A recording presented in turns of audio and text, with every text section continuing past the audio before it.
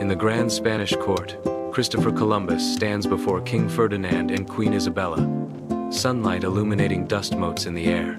Columbus gestures passionately, his voice resonating as he unveils his audacious plan to reach Asia by sailing west. Courtiers, adorned in velvet and lace, observe with thinly veiled skepticism, their expressions betraying doubt. Queen Isabella listens intently, her gaze fixed on Columbus, a flicker of intrigue dancing in her eyes. At the bustling port of Palos, the Nina, the Pinta, and the Santa Maria await their moment, their masts reaching towards the sky. Sailors scramble, their movements a dance of organized chaos as they load provisions onto the waiting ships. Columbus stands amidst the frenzy, his gaze fixed on the horizon, his face a canvas of unwavering determination. Hopeful anticipation hangs in the air, mingling with the salty scent of the sea and the creak of timber. The sounds of labor echo across the port, a symphony of ambition and the promise of a journey into the unknown. Weeks later, 3 ships venture into the vast, endless expanse of the Atlantic Ocean. Restlessness grips the sailors, their initial enthusiasm fading with each passing day. Anxiety mounts as the horizon remains stubbornly empty, offering no glimpse of land. Amidst the growing unease, Columbus stands firm, a beacon of unwavering resolve. He pores over his maps, his brow furrowed in concentration as he charts their course. Guided by the stars, Columbus navigates through the unknown, his determination a stark contrast to the crew's wavering hope. Flickering lanterns cast eerie shadows across the cramped quarters of the Santa Maria, illuminating the anxious faces of the huddled crew. A palpable tension fills the air, thick with the men's growing fear and doubt as they whisper amongst themselves. One sailor cries out in despair, his voice laced with desperation. "We'll never reach land, Captain. We're sailing to our doom." Columbus rises above the murmurs of dread, his voice ringing with conviction and resolve. "Have faith, my men. Riches and glory await us, if we only persevere," he proclaims, his words a beacon in the encroaching darkness.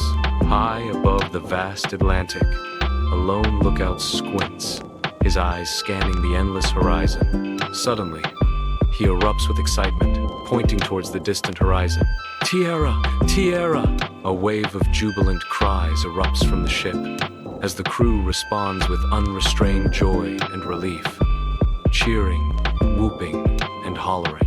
Columbus, overcome with emotion, drops to his knees, his head bowed in humble gratitude.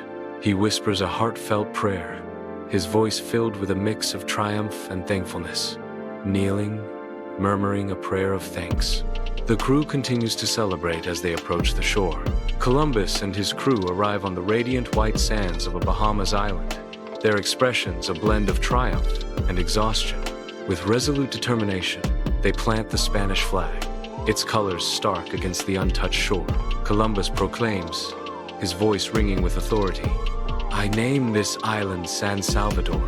The island's native inhabitants watch from a distance, their faces etched with a mixture of curiosity and deep apprehension as they witness the dawn of a new era. Sunlight floods into Columbus's cabin, illuminating the air as he sits absorbed in his journal. The quill scratches across the parchment, capturing Columbus's thoughts as he pauses, lost in contemplation. Gazing out the porthole, Columbus's voice echoes with serene satisfaction. "The island is a paradise, a jewel of verdant beauty." His quill dips again, immortalizing his grand vision. The natives are gentle and welcoming, their hearts open and their ways peaceful. Columbus, with unwavering conviction, declares, "I have no doubt that we have reached the Indies. These people are but the first fruits of a new world ripe for the taking." Columbus steps onto the pristine beach, the white sand yielding softly beneath his heavy boots. He approaches the native people, their faces a mixture of curiosity and caution as they watch the newcomers advance. With open hands, he offers trinkets and beads, a gesture of peace extended into the sun-drenched air. The native people respond in kind, presenting woven baskets filled with exotic fruits, a silent welcome to their land. Columbus observes their daily rituals, marveling at their deep connection to the land and the boundless sea. A sense of wonder fills him, a silent acknowledgement of the vast cultural gulf and the tentative bridge being built between them. Columbus beholds the vibrant Cuba coastline, believing he has reached Asia. The air vibrates with the calls of exotic birds, filling the atmosphere with anticipation. He sends scouting parties into the dense, mysterious jungle. Their mission: to seek out the Great Khan and the legendary treasures of Marco Polo's tales. The explorers venture deeper into the unknown, their eyes scanning for signs of civilization amidst the lush foliage. Hope and delusion intertwine as they push forward, driven by the promise of untold riches and the weight of Columbus's conviction. The Santa Maria shudders violently as its hull scrapes against a hidden reef, halting its journey off the shores of Hispaniola. Christopher Columbus, face etched with determination, assesses the damage with a practiced eye. His commanding voice slices through the chaos, directing the frantic efforts of the crew. From the ship's timbers, the foundation of a makeshift fort, Navidad, begins to emerge on the sandy beach. Columbus gathers the small band of men he will leave behind, his expression a blend of reassurance and resolve. His voice firm with promise and unspoken warning. Columbus states, "I will return." Columbus strides into the Spanish court, his weathered face a testament to his arduous journey. Greeted by a wave of cheers, he kneels before King Ferdinand and Queen Isabella, presenting chests brimming with shimmering gold and exotic plants. Native people in colorful garments stand as living proof of his discoveries, their presence adding to the spectacle. The monarchs exchange impressed glances, their eyes widening at the sight of the riches and the unfamiliar faces before them.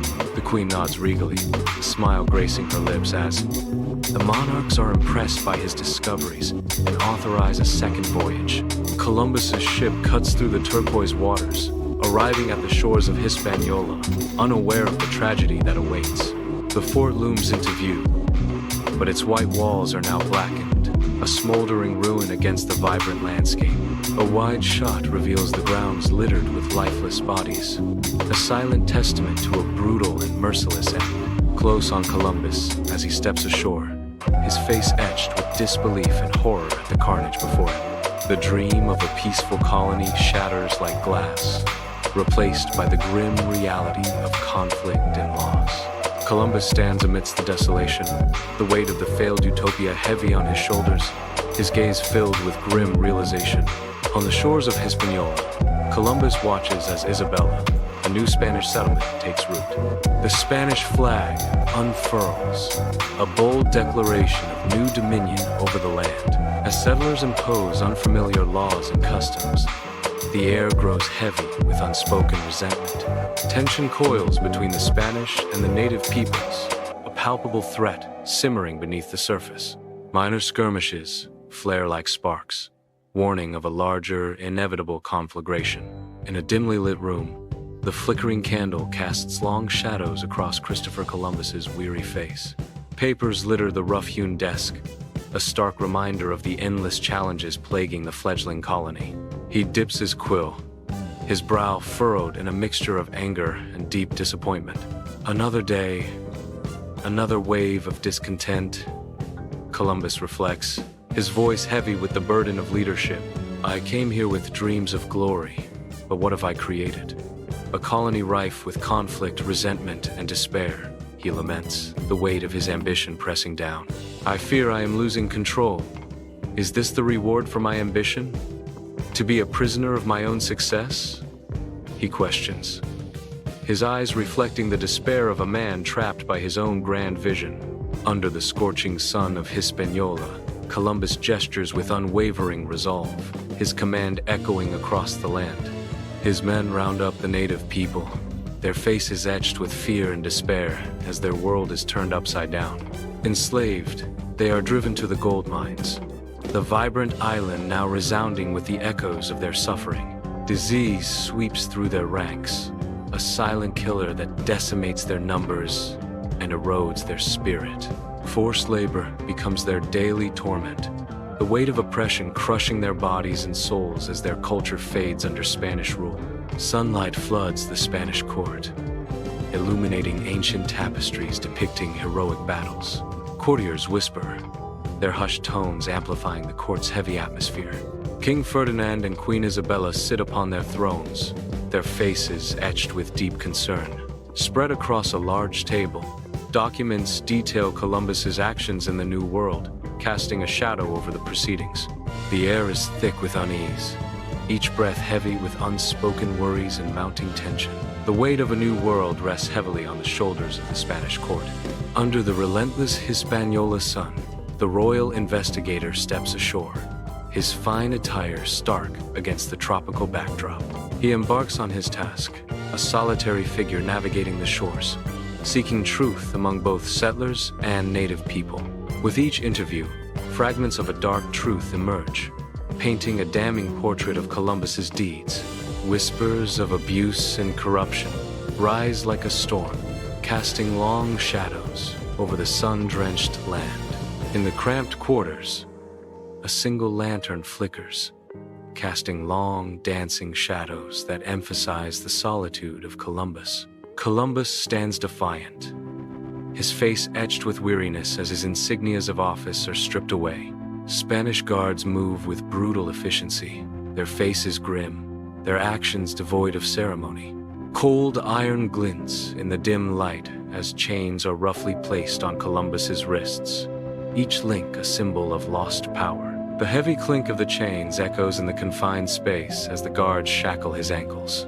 Columbus remains unbowed, his gaze fixed on some distant horizon, even as his world crumbles around him. The Spanish port bustles with activity, the salty air thick with the cries of gulls as Columbus arrives, a prisoner. His face is etched with exhaustion and disappointment, a stark contrast to the triumphant explorer he once was. A crowd gathers, their faces a mixture of curiosity and scorn as they observe the fallen hero. The golden aura of discovery has faded, replaced by the gray shadow of failure that clings to him. His reputation, once celebrated, now lies tarnished amidst the whispers and stares of the onlookers. His future hangs precariously, uncertain and heavy with doubt, as he steps onto the unfamiliar soil. Sunlight floods the Spanish court, illuminating the silent dance of dust motes as Columbus stands before the king and queen.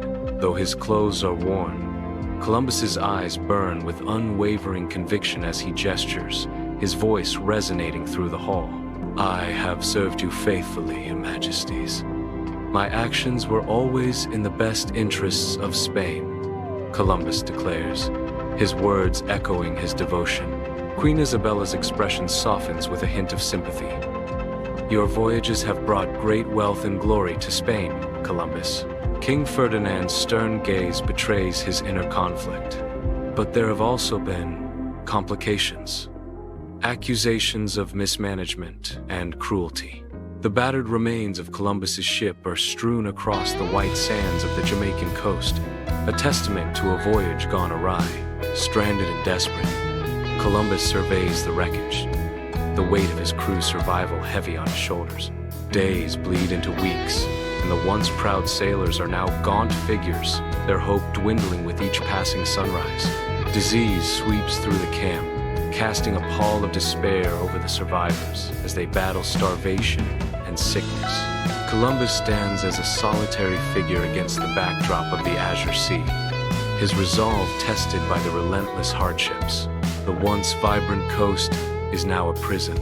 The beauty of Jamaica, a cruel irony to the stranded men clinging to life. Under the bright Jamaican sun, Columbus stands, his weathered face a mask concealing his deceit. He gestures dramatically towards the heavens, preparing to manipulate the wonders of the sky. The native people watch with a mixture of curiosity and apprehension, their faces reflecting generations of wisdom. Columbus's voice rings out, a chilling promise of power. I possess the power to control the very heavens. Refuse to aid my man and me, and I shall blot out the moon, plunging your world into eternal darkness. Distant silhouettes of Spanish ships emerge on the horizon, their dark shapes growing larger as they approach the sun-kissed shores of Jamaica. Weary sailors, their faces weathered by months at sea, watch silently as the ships drop anchor, their long journey nearing its end. Columbus, now aged and gaunt, is carefully assisted onto the deck of one of the vessels. His frail frame, a stark contrast to his legendary past. The crew, a motley collection of sun-beaten faces and hardened eyes, follow their leader, their expressions a mix of relief and exhaustion. With sails billowing in the wind, the ships turn eastward, carrying their precious cargo of stories and secrets back towards the shores of Spain. Sunlight floods into the modest study, illuminating the aged Christopher Columbus amidst a sea of maps and journals. Years of journeys and contemplation are etched deeply into Columbus's face, a testament to his relentless pursuit. His weathered hand traces the contours of a globe, a world transformed by his ambition. A flicker of pride dances in his eyes, mingled with the somber hues of regret. His voice, raspy with age, breaks the silence, a confession hanging in the sunlit air. "I sought a new route, but found a new world," Columbus murmurs, the weight of his discovery settling upon him. Beneath the vast azure sky of the Spanish countryside, Columbus lies on his deathbed, his weathered face etched with the tales of the sea. Though dimmed by age, his eyes still flicker with the adventurous spirit that once drove him across uncharted waters. A shallow breath escapes his lips, a faint smile playing upon them as he clings to the belief that he reached the Indies. The air hangs still, carrying the scent of dry earth and distant olive groves, a silent witness to the end of an era. The sun beats down relentlessly, casting long shadows that stretch towards the horizon, marking the dawn of a new world.